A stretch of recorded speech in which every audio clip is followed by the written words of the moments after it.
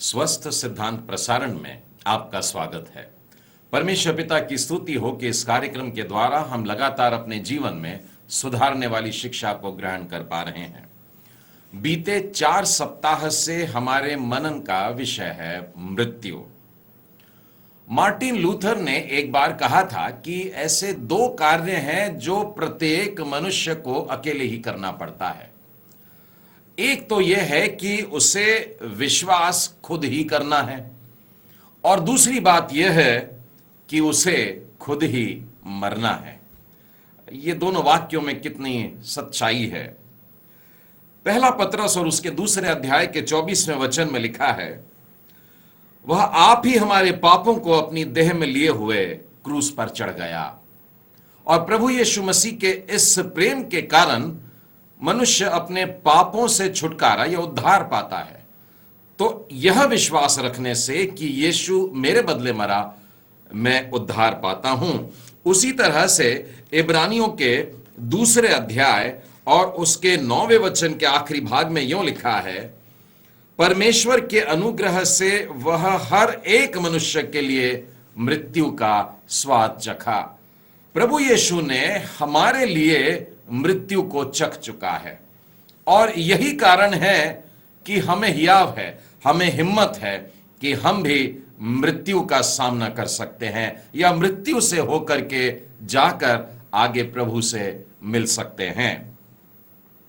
मृत्यु के विषय में संसार का विचार और बाइबल के कहने में जमीन आसमान का अंतर है, और बड़े दुख की बात है कि हम लोगों ने अनजाने में ही सही लेकिन संसार के सोच विचार को अपने में ले लिया है, और इस कारण से उन बातों को निकालना जरूरी है। और इसीलिए हम लोग सीख रहे हैं कि कैसे ना मरे, हाउ नॉट टू डाई। और अब तक हम लोगों ने इस शीर्षक को लेकर 4 पाठ सीख चुके हैं। Lesson number 1 was do not postpone repentance. पहला पाठ था पश्चाताप को स्थगित न करें। Lesson number 2, do not hold bitterness against anyone. दूसरा पाठ था किसी के भी विरुद्ध कड़वाहट न रखें। Lesson number 3, do not depend on your wealth. अपनी संपत्ति पर निर्भर न रहें। Last week we saw lesson number 4। पिछले सप्ताह हम लोगों ने चौथा पाठ सीखा था, do not leave your dear ones in confusion. अपने प्रियजनों को भ्रम में न छोड़ें। Today we move on to lesson number 5। आज हम लोग 5वें पाठ की ओर बढ़ रहे हैं, हाउ नॉट टू डाई, कैसे न मरें। Do not give place to depression. निराशा को जगह न दें। मैं इसे फिर कहता हूं, हाउ नॉट टू डाई, कैसे न मरें। Do not give place to depression. निराशा को जगह न दें। जब हम मनुष्य जीवन के भिन्न भिन्न अवस्थाओं के विषय में बात करते हैं तो बचपन की सुहानी यादों के बारे में बात करते हैं, जवानी की अभिलाषाओं के बारे में बात करते हैं, लेकिन जब बुढ़ापे की बात करते हैं तो बुढ़ापे की परेशानियों की बातें याद आती हैं। जी हां प्रियो, बुढ़ापा आसान नहीं होता है, लेकिन सबको इसमें से गुजरना ही है। भजन संहिता के 90वें अध्याय में आइए और इसके 10वें वचन में देखिए क्या लिखा है। हमारी आयु के वर्ष 70 तो होते हैं, और चाहे बल के कारण 80 वर्ष भी हो जाएं, तो भी उनका घमंड केवल कष्ट और शोक ही शोक है। वह जल्दी कट जाती है और हम जाते रहते हैं। मनुष्य अपनी आयु को वर्षों में कितना भी लंबा कर दे, लेकिन बुढ़ापे का वो जो समय होता है, यह बड़ा कष्टदायक समय होता है। उसी तरह से सबोपदेशक की पुस्तक और उसके 11वें अध्याय और उसके 8वें वचन में यूं लिखा है, यदि मनुष्य बहुत वर्षों तक जीवित रहे तो उन सबों में आनंदित रहे, परंतु यह स्मरण रखे कि अंधियारे के दिन भी बहुत होंगे। अर्थात बुढ़ापे का वो समय आएगा जब परेशानियां घेर लेती हैं। और इसीलिए भजनकार एक प्रार्थना करता है, और मैं समझता हूं प्रत्येक व्यक्ति जो अपने बुढ़ापे के समय से जा रहा है उसे भी यही प्रार्थना भजनकार के साथ में करना चाहिए। भजन संहिता का 71वां अध्याय और उसके 9वें वचन में लिखा है, बुढ़ापे के समय मेरा त्याग न कर, मुझको छोड़ मत दे प्रभु, जब मेरा बल घटे तब मुझको छोड़ न दे। परमेश्वर को लगातार हर दिन और हर क्षण अपने बुढ़ापे में साथ लेकर के चलिएगा। वृद्धावस्था में चिंता और तनाव के अनेकों कारण होते हैं। आज हम उनमें से कुछ मुख्य कारणों पर गौर करेंगे। पहला कारण होता है गिरता स्वास्थ्य, डिक्लाइनिंग हेल्थ। हमारे स्वास्थ्य में गिरावट आने लगती है, बीमारियां हमको घेर लेती हैं, कमजोरी के कारण हम जल्दी उनमें से निकल नहीं पाते हैं। नए नियम में 2 कुरिन्थी और उसके 5वें अध्याय और पहले 5 वचनों में यह बात हमको नजर आ रही है। हम जानते हैं कि जब हमारा पृथ्वी पर का डेरा सरीखा घर गिराया जाएगा तो हमें परमेश्वर की ओर से स्वर्ग पर एक ऐसा भवन मिलेगा जो हाथों से बना हुआ घर नहीं परंतु चिरस्थायी है। बेशक इस तंबू वाले घर को गिरना पड़ेगा, यह थोड़े समय का है, अभी के लिए है, लेकिन बाइबल हमको बताती है, जिसके कारण आपकी चिंता दूर हो जानी चाहिए, कि इसके बाद में एक चिरस्थायी मकान हमको मिलने वाला है। और इसमें तो हम कराहते हैं और बड़ी लालसा रखते हैं। आज के जीवन में शरीर में होकर के हमें कराहना होता है, बड़ी तकलीफ होती है, लेकिन फिर भी अपने स्वर्गीय घर को हम पहनते हैं कि हम इसमें पहनने से नंगे ना पाए जाएं और हम इस डेरे में रहते हुए बोझ से दबे कराहते रहते हैं, क्योंकि हम उतारना नहीं वरन पहनना चाहते हैं। हम इस शरीर को छोड़ने के लिए तैयार नहीं है। बहुत से लोग उस चिरस्थायी जीवन को, अनंतकालीन जीवन को जब देखते नहीं है, जब उन्हें यह विश्वास नहीं होता है कि इसके बाद मेरा एक आनंदित जीवन है, प्रभु के आंगन में है, तो इस देह को छोड़ने में बड़ी तकलीफ दिखाते हैं। और यही कारण होता है कि वे कराहते हैं, बड़ी तकलीफ में होते हैं। लिखा है, जिसमें हमें इसी बात के लिए तैयार किया है वह परमेश्वर है, जिसने हमें बयाने में अपना आत्मा भी दिया है। हमको एडवांस दे दिया, अनंत जीवन की खुशियों में बुलाने के लिए उसने अपनी छाप हम पर लगा दी है। और इसीलिए प्रियो, चिंता करने की जरूरत नहीं है, निराशा में जीने की जरूरत नहीं है, बुढ़ापे की बीमारी के कारण उदासीनता की जरूरत नहीं है। मैं आपको रोमियो की पत्री और उसके 8वें अध्याय के 18वें वचन में से कह रहा हूं, क्योंकि मैं समझता हूं कि इस समय के दुख और क्लेश उस महिमा के सामने जो हम पर प्रकट होने वाली है कुछ भी नहीं है। आज हम बेशक कुछ तकलीफों से जा रहे हैं, बीमारियों से जा रहे हैं, बुढ़ापे के कष्ट से जा रहे हैं, लेकिन जो इसके बाद मिलने वाला है, बाइबल कहती है, उसके सामने तो आज की तकलीफ कुछ भी नहीं है। उसी के 23वें वचन में देखिए, लिखा है, हम भी जिनके पास आत्मा का पहला फल है आप ही अपने में कराहते हैं और लेपालक होने की, अर्थात अपने देह के छुटकारे की बाट जोहते हैं, अर्थात इसमें से निकलकर कहीं और पहुंचने की राह देख रहे हैं।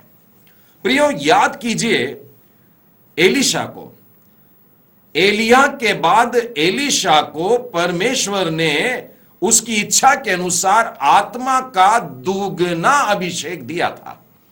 और हम देखते हैं एलिया की तरह एलीशा भी बहुत बड़े बड़े कार्य करता है। फिर भी क्या आप जानते हैं कि उसकी मृत्यु कैसे हुई थी? आप बाइबल में मेरे साथ में निकालिए 2 राजा उसका 13वां अध्याय और उसके 14वें वचन में। एलीशा को वह रोग लग गया जिससे उसकी मृत्यु होने वाली थी, अर्थात उसने कई बीमारों को अच्छा किया, उसने बड़े बड़े आश्चर्य कर्म किए, लेकिन खुद की मृत्यु के लिए उसके जीवन में एक बीमारी आ जाती है। और इतना ही नहीं प्रियो, मैं तो यह देखता हूं कि मृत्यु उपरांत भी, एलीशा के मरने के बाद भी उसकी हड्डियों के द्वारा आश्चर्य कर्म हो रहे थे। आगे लिखा है, लोग किसी मनुष्य को मिट्टी दे रहे थे कि एक दल उन्हें दिखाई पड़ा, तब उन्होंने उस शव को एलीशा की कब्र में डाल दिया और एलीशा की हड्डियों से छूते ही वह जी उठा और अपने पांवों के बल खड़ा हो गया।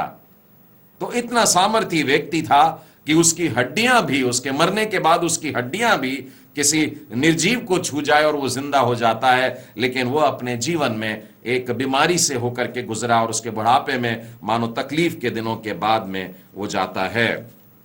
मैं आपको अय्यूब की पुस्तक और उसके 14वें अध्याय और उसके पहले वचन से कह रहा हूं, मनुष्य जो स्त्री से उत्पन्न होता है वो थोड़े दिनों का और दुख से भरा हुआ होता है। उसी तरह से 16वें अध्याय के 22वें वचन में से बता रहा हूं, क्योंकि थोड़े ही वर्षों के बीतने पर मैं उस मार्ग से चला जाऊंगा जिससे मैं फिर वापस न लौटूंगा। अय्यूब के इन शब्दों पर गौर करिए। कुछ ही दिन का होता है और कुछ ही वर्षों की बात है और इसमें से होकर के चला जाना है और फिर वापस नहीं आना है। प्रियो, नए नियम में पौलुस प्रेरित ने इस बात को और भी अधिक स्पष्ट लिखा है। 2 कुरिन्थी और उसके 4थे अध्याय में आइए और उसके 16वें और 17वें वचन में लिखा है, इसीलिए हम हियाव नहीं छोड़ते, यद्यपि हमारा बाहरी मनुष्यत्व नष्ट होता जाता है, तो भी हमारा भीतरी मनुष्यत्व दिन प्रतिदिन नया हो जाता है, क्योंकि हमारा पल भर का, शब्द की तरफ गौर करिएगा, पल भर का, थोड़े से समय की बात है, पल भर का हल्का सा क्लेश हमारे लिए बहुत ही महत्वपूर्ण और अनंत महिमा को उत्पन्न करता है। और यही कारण है मित्रों कि हम लोगों को आज के अपने जीवन, ये बुढ़ापे में से गुजरते हुए निराशा को जगह नहीं देना है। अपने जीवन में, अपने विचारों में अवसाद को मत आने दीजिए। निराशा में डूब करके और ऐसे तनाव ग्रसित होकर के चेहरा ना बनाइए, परंतु उस अनंत पर आशा लगाइए। आज का दुख पल भर का क्लेश है, लेकिन हम अनंत जीवन में, अनंत महिमा में प्रवेश करने वाले हैं। हम परमेश्वर के आंगन में जाकर के सदैव जीने वाले हैं, जहां के लिए लिखा है परमेश्वर हमारी आंखों से सारे आंसू पोंछ डालेगा। तो ऐसे स्थान को याद में रखते हुए यहां के पल भर के क्लेश को हम भूलेंगे। C.S. लुईस ने बड़े सुंदर शब्दों में एक बात कही है कि परमेश्वर हमारे आनंद के समय में धीरे धीरे बोलता है, फुसफुसाता है। हमारी चेतना में वो हमसे बातें करता है, लेकिन हमारे दर्द में वो चिल्लाता है। और हम में से बहुत से लोगों की इसी प्रकार का अनुभव रहा है कि जहां परमेश्वर जब तकलीफ का समय आता है तो मानो चिल्लाने लगता है और आनंद के समय में धीमी आवाज में बात करता है। प्रियो, हम लोग दूसरे कारण की ओर बढ़ते हैं कि बुढ़ापे के समय में किस कारण से हम निराशाग्रसित हो जाते हैं। तो पहला कारण हमने जो देखा था वो हमारा गिरता हुआ स्वास्थ्य था। दूसरा कारण है पारिवारिक समस्याएं, और इसको भी मैं 3 भाग में बांटता हूं। परिवार की समस्याओं में पहला है न सुनने वाले बच्चे, रिबेलियस चिल्ड्रन। मैं आपको पहला शमूएल और उसके 8वें अध्याय और उसके पहले 3 वचनों में से बताना चाहता हूं। जब शमूएल बूढ़ा हुआ तब उसने अपने पुत्रों को इजरायलियों पर न्यायी ठहराया। अब परमेश्वर का यह भक्त बहुत ही अच्छा न्यायी था शमूएल, और यह भविष्यवक्ता अपनी सेवा बहुत ईमानदारी और अच्छे से किया। अब उसके बाद में, उसके बुढ़ापे आने पर उसने अपने बेटों को यह सेवा सौंप दिया। लेकिन देखिए क्या गड़बड़ी हुई। उसके जेठे पुत्र का नाम योएल, दूसरे का नाम अबिया था। ये बेरशेबा में न्याय करते थे, परंतु उसके पुत्र उसकी राह पर नहीं चले, अर्थात लालच में आकर घूस लेते और न्याय बिगाड़ते थे। और बेशक अपने बच्चों के कारण शमूएल को बड़ी निराशा हुई होगी। सेवकाई इनको विरासत में तो मिल गई, लेकिन भ्रष्टाचार के कारण ये लोग बिक गए। परमेश्वर के भय में चलने की बजाय ये संसार की रीति पर चलने लगे और अपने बूढ़े मां बाप के लिए दुख का कारण बन गए। हालांकि शमूएल ने अपने परिवार की देखरेख में कोई कसर नहीं छोड़ा था। मैं ये कैसे कह सकता हूं? पहला शमूएल उसके 7वें अध्याय में ही मैं 15वें वचन से आगे बताता हूं। शमूएल जीवन भर इजराइलियों का न्याय करता रहा और प्रतिवर्ष बेतेल और गिलगाल और मिस्पा में घूम घूमकर उन सब स्थानों में इजराइलियों के लिए न्याय करता था। तब वह रामा में जहां उसका घर था लौट आया और वहां भी इजराइलियों का न्याय करता था और वहां उसने यहोवा के लिए एक वेदी बनाई थी। अर्थात अपने घर की ओर भी बार बार चला आता था। सेवा के स्थान में जाता था, वहां कार्य करता, लेकिन बार बार घर चला आता था। घर की चिंता उसे सताती है, परिवार के कारण वो चिंतित है, बच्चों के कारण चिंतित है, और वहां पर भी घर में भी उसने आराधना का स्थल बना के रखा था, क्योंकि वो परमेश्वर की बातों को अपने परिवारजनों में, बच्चों में देखना चाहता था। लेकिन इसके बावजूद उसके बच्चे अनाज्ञाकारी निकले और अपने पिता के और परमेश्वर पिता के न सुनने वाले बने, और इस कारण से पिता को बहुत दुख हुआ होगा। उसके बुढ़ापे के दिनों में वो रोने के कारण बन जाते हैं। प्रियो, याद करिए कि शमूएल उन 2 व्यक्तियों में से एक है जिन पर परमेश्वर ने एली के बच्चों की देखरेख के ढीलेपन की बात को प्रकट किया था, और आज शमूएल उन्हीं बातों से गुजर रहा है, उसी अवस्था से गुजर रहा है। तो मैं समझता हूं बहुत अधिक कष्ट और दर्द से वो गुजर रहा था। तो मैं आपको यह सलाह देना चाहता हूं, ऐसे समय में आप अपना कार्य करें, आप समझाएं, आप प्रार्थना करें, और अपने बच्चों के प्रति जो जिम्मेदारी परमेश्वर ने आपको दी है उसे आप पूरा करें। पारिवारिक समस्याओं में दूसरी बात है बच्चों के विवाह की समस्या, मैरिटल प्रॉब्लम्स ऑफ चिल्ड्रन। हम अपने बच्चों के विवाह को लेकर के कोई कसर नहीं छोड़ते, सारा प्रबंध करना चाहते हैं, सब कुछ अच्छे से करना चाहते हैं, करते भी हैं, लेकिन इसके बाद भी समस्याएं खड़ी हो जाती हैं।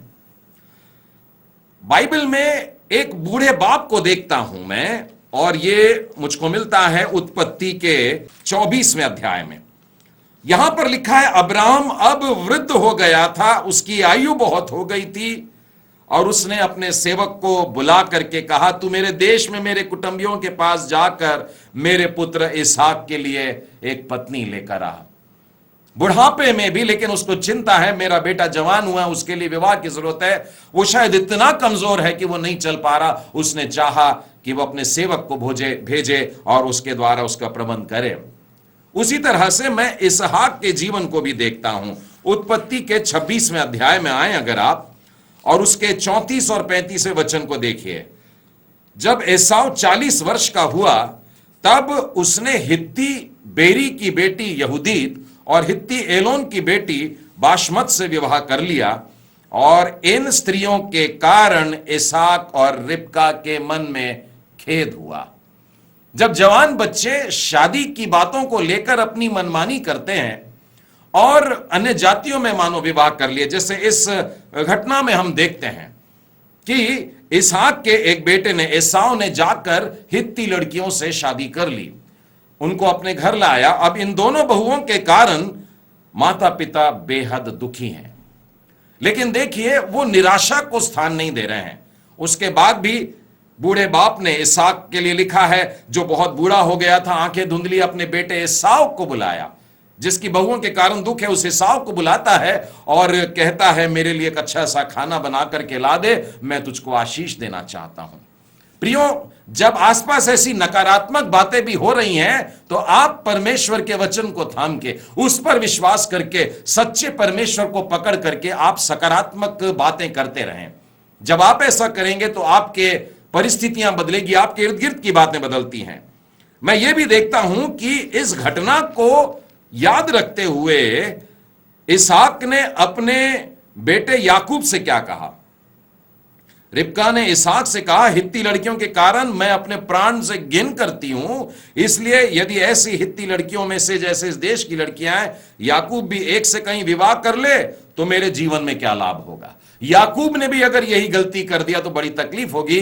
तो बूढ़ा बाप उसको पास बुलाता है, उसको हिदायत देता है कि तू कनानी लड़कियों से शादी नहीं करेगा, परंतु अपने ही घराने का, और उसको घराने का एड्रेस देता है, पता देता है, कहां जाना है, कहां मामा का घर है, वहीं से तू अपने लिए दुल्हन को लेकर के आना।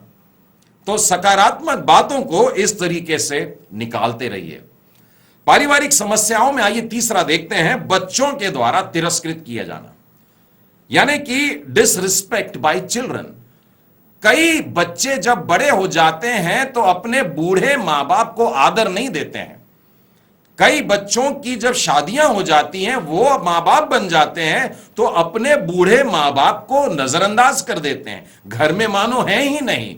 कई एक जगह पर उनके साथ में व्यवहार भी नौकरों जैसा हो जाता है, और कई एक जगह तो मैंने देखा है कि अपने सगे मां बाप को घर से निकाल देते हैं।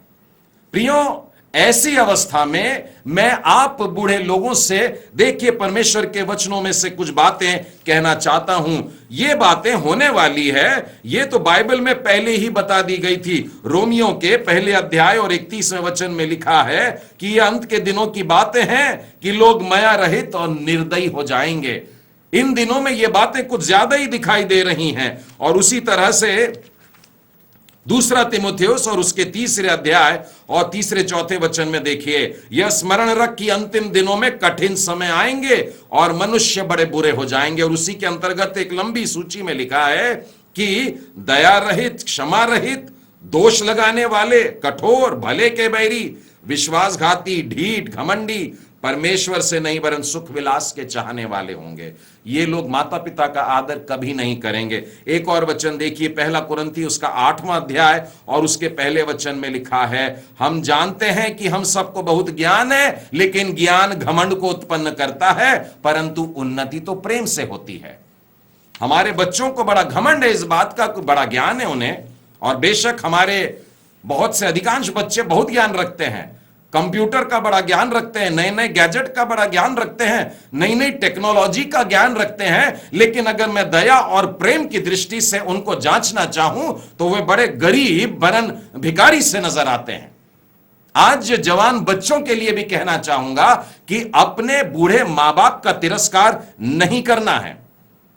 प्रियो, सबसे पहला कुप्रभाव जो माता पिता पे पड़ता, मैं नीति वचन में से बताना चाहता हूं। नीति वचन उसके 19वें अध्याय में आइए और 26वें वचन से। जवानों, जरा ध्यान से सुने कि जो पुत्र अपने बाप को उजाड़ता है और अपनी मां को भगा देता है, वह अपमान और लज्जा का कारण होगा। परमेश्वर पिता ऐसे बच्चों से बहुत नाखुश है जो अपने माता पिता को उनके बुढ़ापे में त्याग देते हैं। यदि आपको अपने जीवन के बचे हुए दिन भी किसी वृद्धाश्रम में बिताने के लिए आपके बच्चों ने ढकेल के निकाल दिया है, आपका ख्याल नहीं रखते हैं, आपको भोजन नहीं मिलता है, तो मैं आपसे कहूंगा निराश मत होइए, बड़े आनंदित होकर के वृद्धाश्रम में जाकर के रहिए, क्योंकि जिस स्थान में परमेश्वर रहता है वहां पर आपकी शांति होगी। प्रियो, ऐसे बच्चों से भी सावधान रहिएगा जो केवल आपके बटुए पर नजर रखते हैं, आपके पैसों को आपसे लेना चाहते हैं। नीति वचन के 28वें अध्याय और उसके 24वें वचन में लिखा है, जो अपने मां बाप को लूट कर कहता है कि मैंने कोई अपराध नहीं किया, वह नाश करने वालों का संगी ठहरता है। तीसरी बात देखते हैं जिसके कारण हमारे जीवन में बड़ी निराशा आती है, प्रार्थना जो सुनी नहीं गई, अनआंसर्ड प्रेयर्स।